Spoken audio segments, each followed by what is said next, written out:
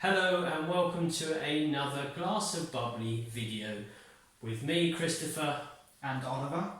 And I tell you what, actually, what we do is we need to thank somebody. Yes. We got this through the post, so Oliver's going to show that. Thank you to Christopher Sutton for this.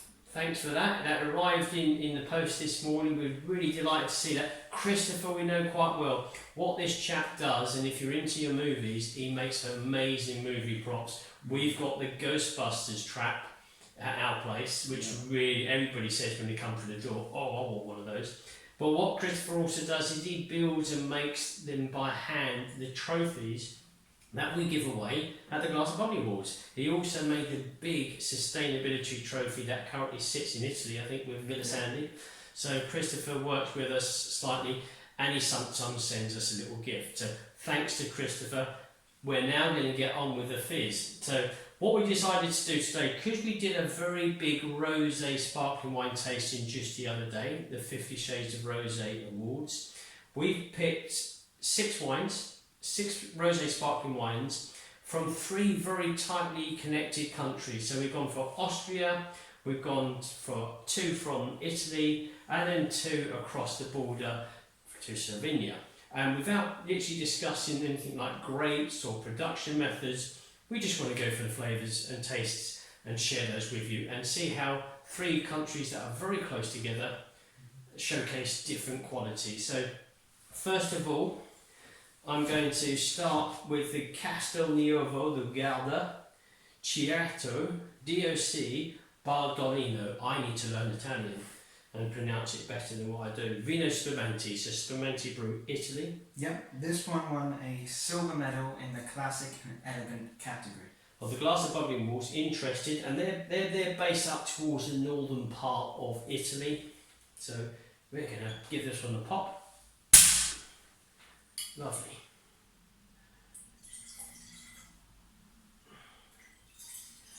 So light, isn't it? That's a very light colour, a lovely light colour to the wine, like peachy, bit peachy. Yeah, I would say, yeah, peachy. Probably not as light as, say, Provençal style rosé that we're coming to expect today. But looking at all the wines today, this could be the lightest colour. So this is the DOC, Italian DOC wine. Okay, yeah, nice. Peachy kind of expression continues with a hint of smokiness to it as well. Intense strawberry. I've got strawberries as well on the nose. Yeah, really ripe strawberries. Very ripe strawberries, exactly right, Oliver. Big, nice, thick, dark red strawberries. I'm losing the smokiness. So whether or not that was literally the kind of I took the top off too quickly and it was a bit of friction, I don't know, but it's peach and strawberry nose. Yes, it's fruity, it's young, it's fresh. Let's give the flavours a shot.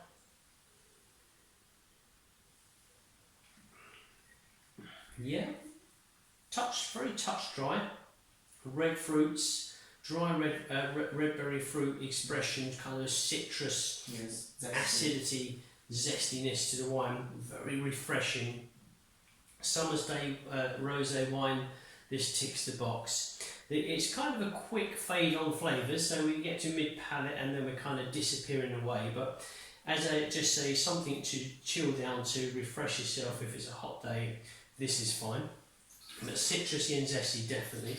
We've got another Italian wine here, Riva di Frati, Claudia Rosé Vino Spumante, so Spumante sparkling wine, and the Brut.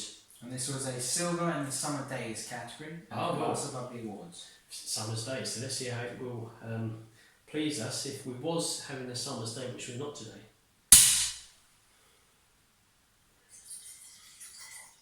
There we go. These are really well chilled, so we like to have the rosés very well chilled, so down to about 6 degrees. So then they can just, and we have them here for a minute or two, they're going to start to warm up in the glass, they warm up, but initially we're getting the nose and the flavours very chilled. Deeper complexity to this, deeper red berries on the nose. Strawberry candy. I'm getting a bit of pastry. Pastry. Or we could edge maybe that strawberry kind of tart on the nose. That's what I'm thinking. certainly a rosé, peachy as well, but certainly a rosé character. You know this is rosé wine. We've got that lovely temperature, very chilled. Strawberries again. Strawberry ice cream. Yeah. Strawberry ice cream. Yeah. Yeah. Could you also go into sort of the raspberry ripple? Mm. It's very sort of a milky creaminess. That It ice cream. It is. It's very clever. You've got it's a sparkling wine. You get that sparkling wine sensation in the palate, and you do get a touch of acidity. It's bringing home that strawberry ice cream, the raspberry ripple ice cream in there. Really good. Well done. So we're going to go over to their neighbours, to Austria, and we've got the Catus Classic Cuvée Rosé. This was a bronze, light and fruity. Light and fruity.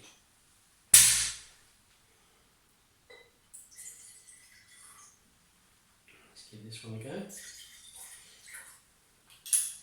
Again, it's kind of like nice colouring, a lovely delicate rosé colouring to the wine. Okay, it's a little bit different, this one. Yeah, it's Exactly. What would you say? I've got everything like from sea breeze, seaweed, a little bit of asparagus. I've got red fruits, dry red fruits.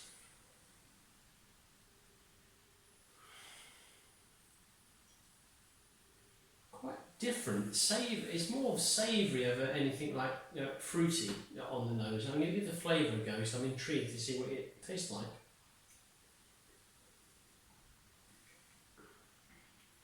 Try it again. I think it tastes similar. There's a lot of zestiness to this.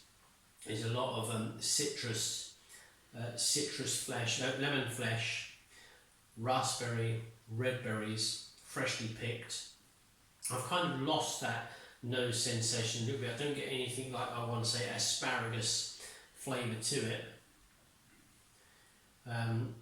It's different. I think the nose is quite different, actually. From the nose to the flavour, I find different. You felt it was a bit similar, did you? It's not as prominent as on the aroma, but You know what I think it might be on this? When you go in to taste, you're really breathing in. If you smell it in the glass, you can really smell that. So you're smelling and you're tasting. So the initial taste is probably, oh, this is similar to the nose, and then it's faded away. It's quite an expressive nose on this wine.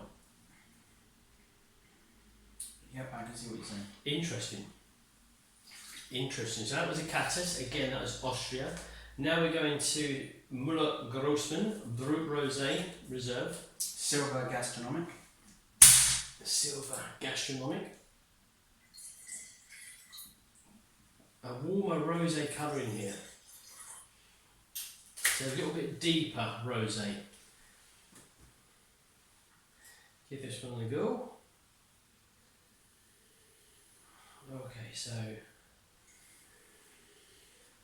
Oh, nice. It's like dry raspberry, and then it really opens up. We've got a raspberry, strawberry kind of notes. Minerals. We've got flint, wet stone. Alpine freshness, which obviously is Austria, so you're going to get that kind of character from the terroir. Certainly a nice, deep red berry fruit, strawberry and nose sensation here. Flavours, a lovely colour, gorgeous colour into this one.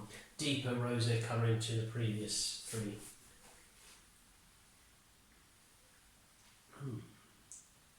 Dry flavours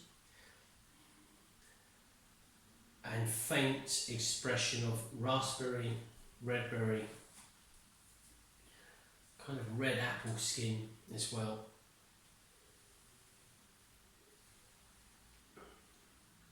You get anything? Yeah, so a faint zingy.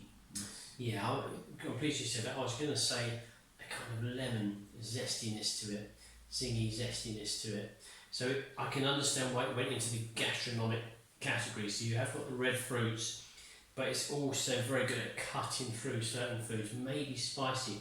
I'm actually getting spices out of the cloves. I'm going to get petal, dark red rose petals and a little bit of spiciness.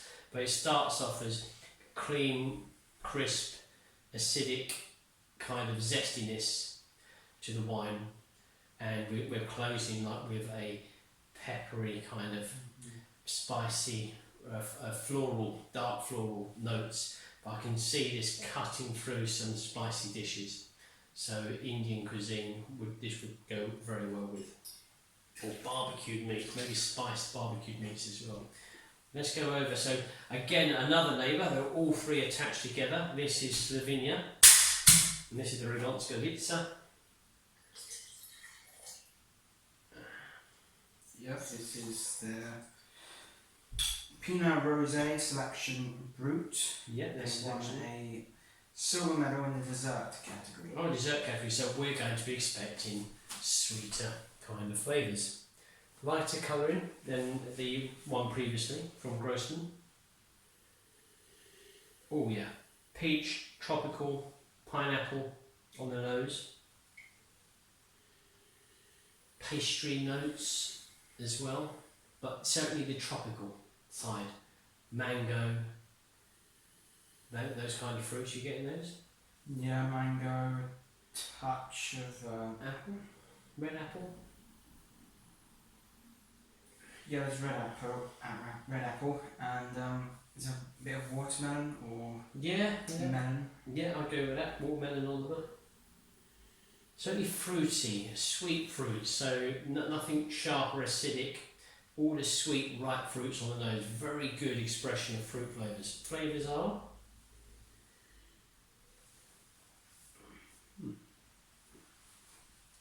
not overly sweet, surprisingly, but fruit driven, clean, clear fruits. There's subtle cranberry, subtle raspberry, wild strawberry notes to it. It's very delicate. This, I'd assume, it's chosen to go into the dessert category because it would pair nicely with fruit, fresh fruit. This would go wonderfully well with a fresh fruit salad. It's very elegant, clear, very refreshing, especially for the palate. Anything you want to add to that?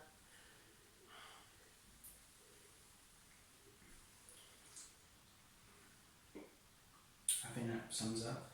I think it sums it up. It's clean, easy to drink, very refreshing, very enjoyable from Rogotska. And the last one, what's this going to be? Yeah, we've got altogether a darker rosé. Still, I class this a rosé, but kind of the blood saignée rosé style. It's not quite red, because we do have some very good red sparkling wine from Slovenia. This isn't quite there. This is a few shades below that. But this name, I daren't pronounce it. Dom Akia Pia Centolin Pinot Rosé. That's not a bad attempt, Oliver. I'm pleased you said that. It's a silver medal in the winter warmer category. So the winter warmer category, all about sitting in front of the open fire with a nice book to read, that kind of style. We're going to certainly very attractive, very engaging already by the colour. And let's see what the nose is doing.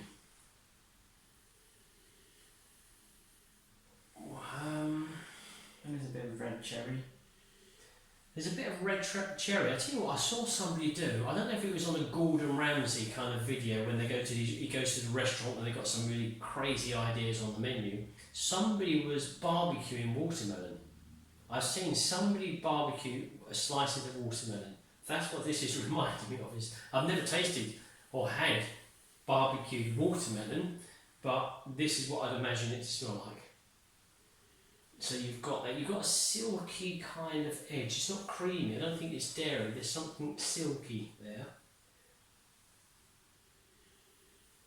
Maybe it's silky red candy sweets, something like that. What did you say initially, Oliver? As I was getting carried away.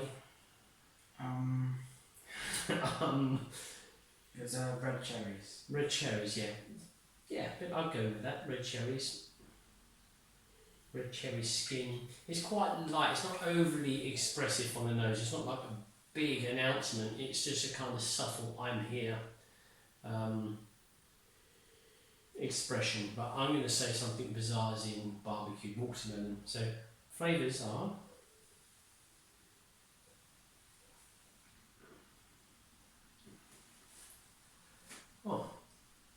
I'm still going with the barbecued watermelon for this. I don't know about you. It's not overly expressive on flavour. It's not a big burst. It's not acidic or dry or sweet that your palate's really reacting. I can get watermelon, also a bit of cranberry.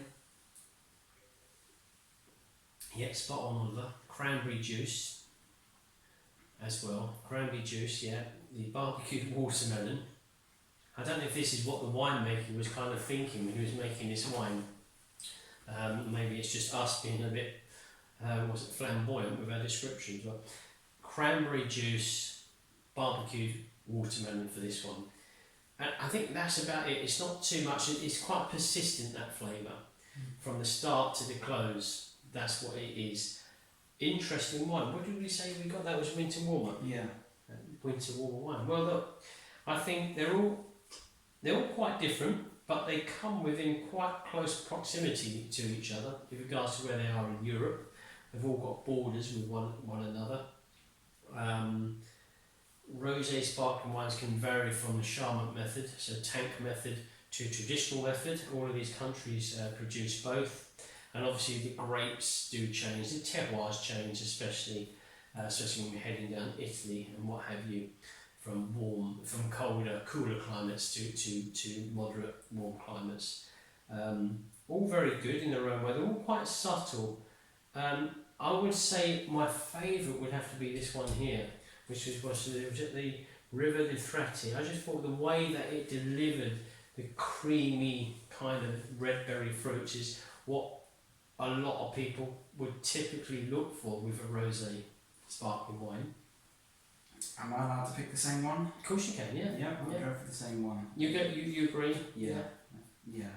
Just edges it. It edges it for the first place. But there we go. So this is 3 countries, all close to each other. 6 sparkling wines, rosé, 2 from each country, and we just gave them a taste and shared the tasting notes with you. So that's about it from me and from Oliver. And until next time, enjoy the fizz.